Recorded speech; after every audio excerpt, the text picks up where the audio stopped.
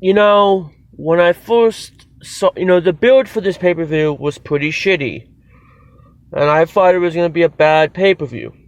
It ended up being an enjoyable pay-per-view, somewhat good. Yeah, we had them negative moments. I have to give credit what credit is due. I'm going to give credit to all the women, because I think all the women did a bang-up job. I think all the women did a pretty good job. Nothing to complain about that. Sasha Banks did return, by the way, guys. We'll talk about that later.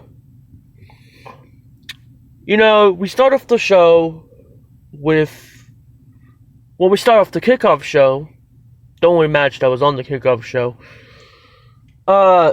With Morgan versus Carmella. I actually enjoyed this match. With Morgan is over. The crowd is into her, and to be honest, I'm into her. I enjoy her work. She might not be the greatest, but that's okay. She's definitely a natural babyface. I enjoyed it. I think it's a thumbs up match. With Morgan gets over, the crowd goes wild. Well, not wild, but they go crazy, Enjoyable match, and you know what? If you told me I missed this match and I would be kind of disappointed.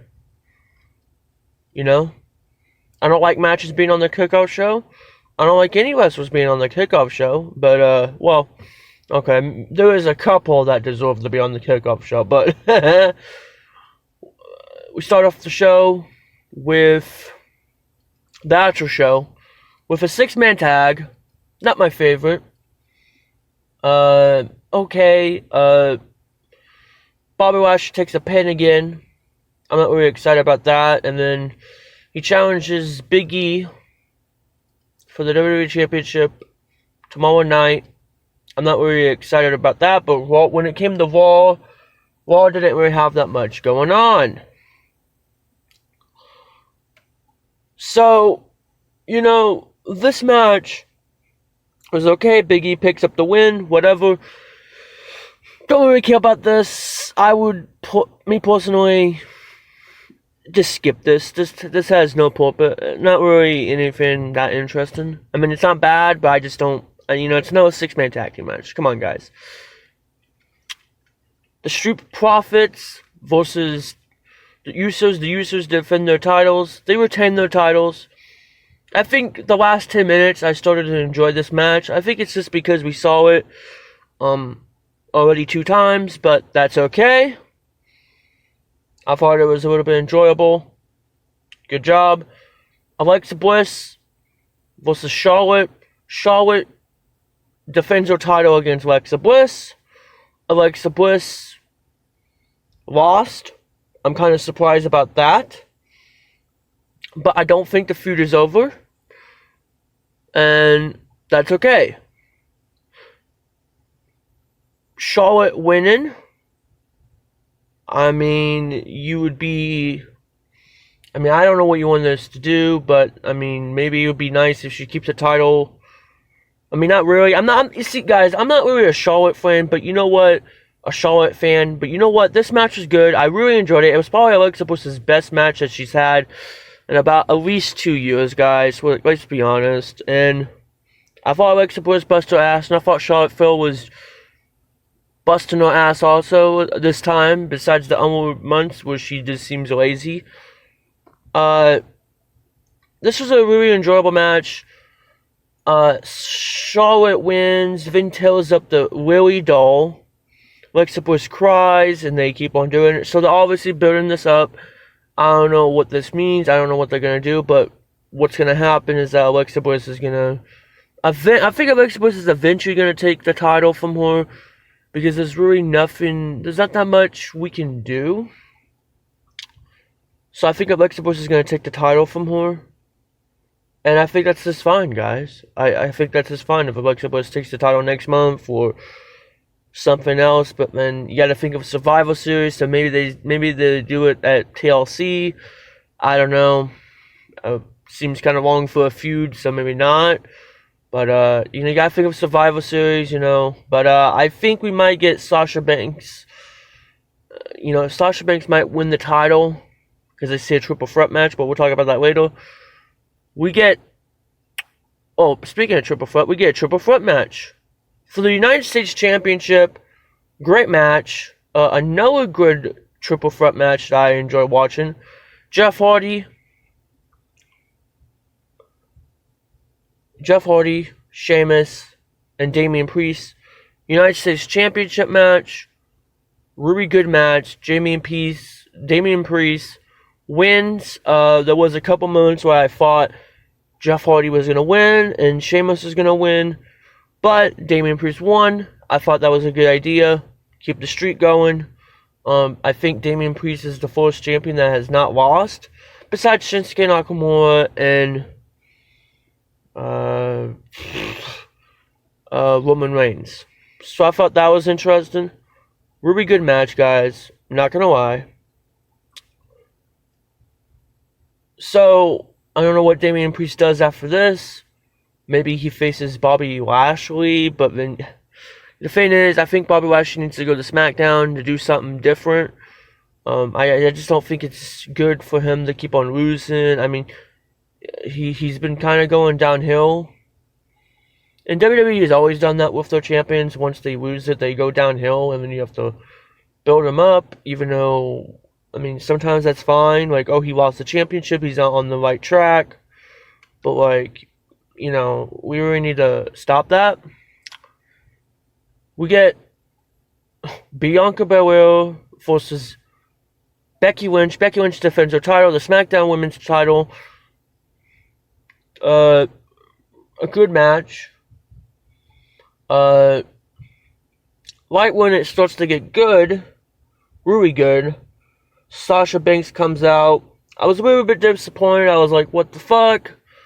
I guess Bianca Belair wins by DQ, so she didn't lose, but still, really. And the only thing I can think of is, like, there's only a couple options. So Becky Lynch, it turns into a triple threat match whenever the next pay-per-view is, but it's in Saudi Arabia.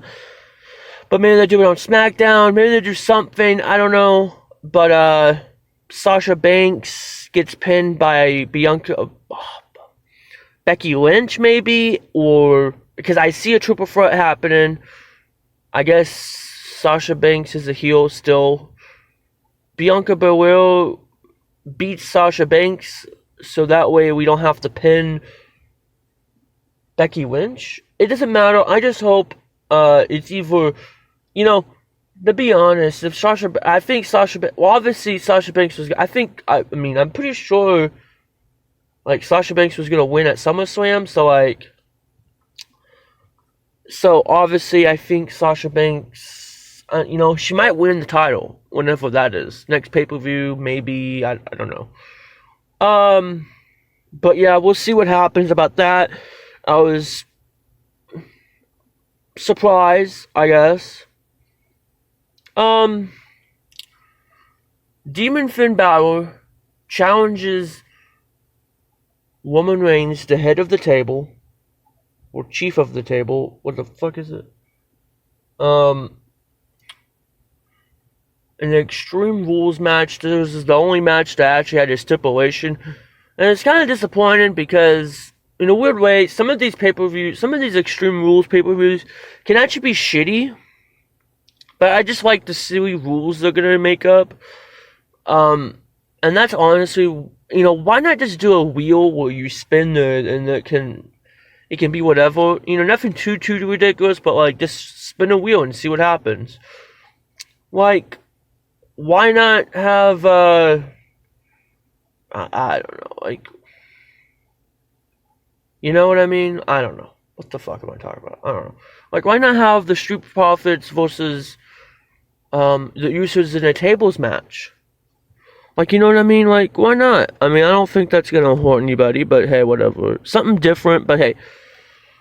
This match is good. They went through a couple tables.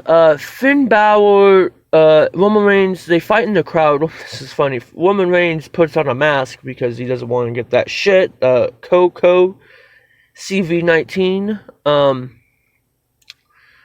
They go through a couple tables. The fans were chanting tables for no reason almost. Like the Usos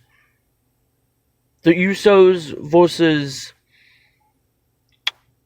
the Shoot Profits. Like that's not even an extreme. I don't even know why they're asking for tables. But anyway, Finn Balor gets spewed through the barricade. Then he stops flopping like a fish, and I was like, okay.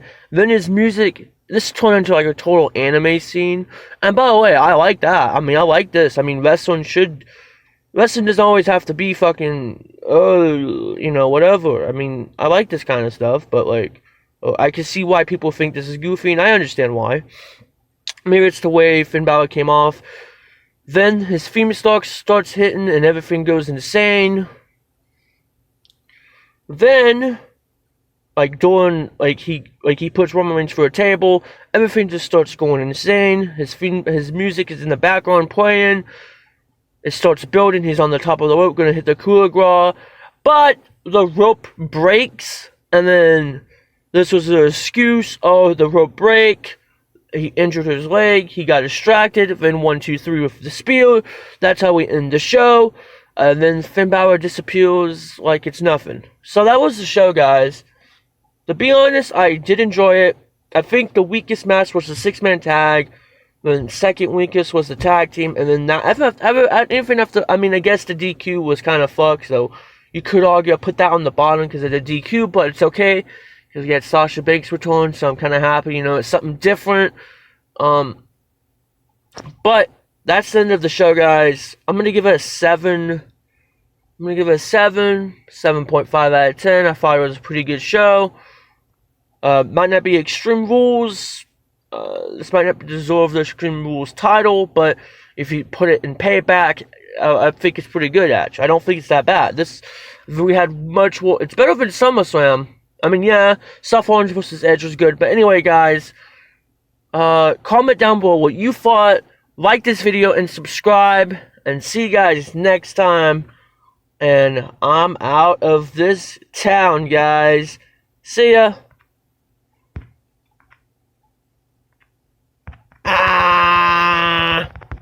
Really getting icy zone, flexing. I've been swerving, make it trendy. We look sexy. Here we go.